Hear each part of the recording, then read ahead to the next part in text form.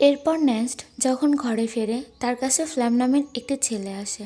Flame বলে, তোমার রোবটটা আমাকে কিছুদিনের জন্য ধার দিবা? আমার একটা গুরুত্বপূর্ণ কাজ রয়েছে। তবে নেস্ট জানতো ফ্ল্যাম ছেলেটা খুব একটা ভালো না। রোবটটা ফিরিয়ে দেওয়ার সময় সে অনেক নাটক করবে। এদিকে ফ্ল্যামের সাথে নেস্টের মেয়ে ম্যারির রিলেশন রয়েছে। নেস্ট তার মেয়ে ম্যারিকে অনেকবার বোঝায় যে দেখো ফ্ল্যাম ছেলেটা ভালো না, তুমি ওর থেকে দূরেই থাকো। কিন্তু ম্যারি তার বাবার কথায় রাজি হয় না, বরং ফ্ল্যামের কারণে তার বাবাকেই ঘৃণা করে। এর পরের দিন নেস্ট আরেকটি জায়গায় গর্ত ঘোরে, কিন্তু বড় ম্যাশিং এর পাইপলাইনের জন্য আশেপাশে সমস্ত জায়গা শুকনো হয়ে রয়েছে। এজন্য সে সেখানেও নিরাশ হয়। নেস্ট গর্ত করতে করতে জেরনের সাথে একটু গল্প করে। জানো, আমি যখন শহরে গেছিলাম একটা মেয়েকে দেখতে পেয়েছিলাম। মেয়েটার চুলটা একটু ছোট, তবে দেখতে সুন্দর। তুমি চাইলে তোমার সাথে কথা বলায় দিতে পারি। জেরন একটু ইতস্তত হলে নেস্ট বলে, দেখো আমরা যেভাবে সার্ভাইভ করছি, না জানি আর কতগুলো দিন বেঁচে থাকবো। তাই যতগুলো দিন বেঁচে আছি ভালোভাবে কাটানোই ভালো। এভাবেই নেস্ট আর জেরন কথা বলতে বলতে খুব ভালো একটা সময় কাটায়। এরপর নেস্ট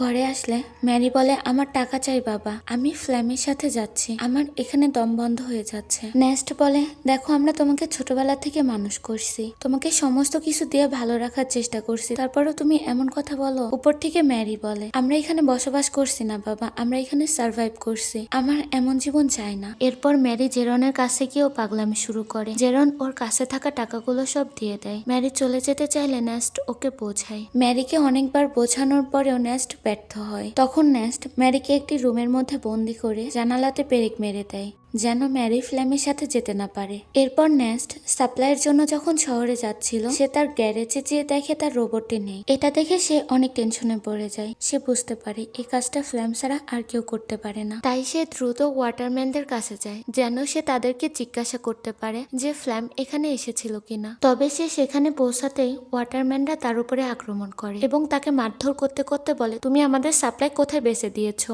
নেস্ট ওদেরকে বলতে থাকে, আরে আমি তো নিজেই এখানে জিজ্ঞাসা করতে এসেছি যে ফ্ল্যাম আমার রোবটটা নিয়ে এখানে এসেছিল কিনা। নেস্ট বুঝতে পারে যে ফ্ল্যাম ও রোবট তো চুরি করেইছে, সাথে এদের সাপ্লাইও নিয়ে নিয়েছে। নেক্সট কোনো রকম ভাবে ওখান থেকে পালিয়ে যায় এবং ফ্ল্যামকে খুঁজতে থাকে।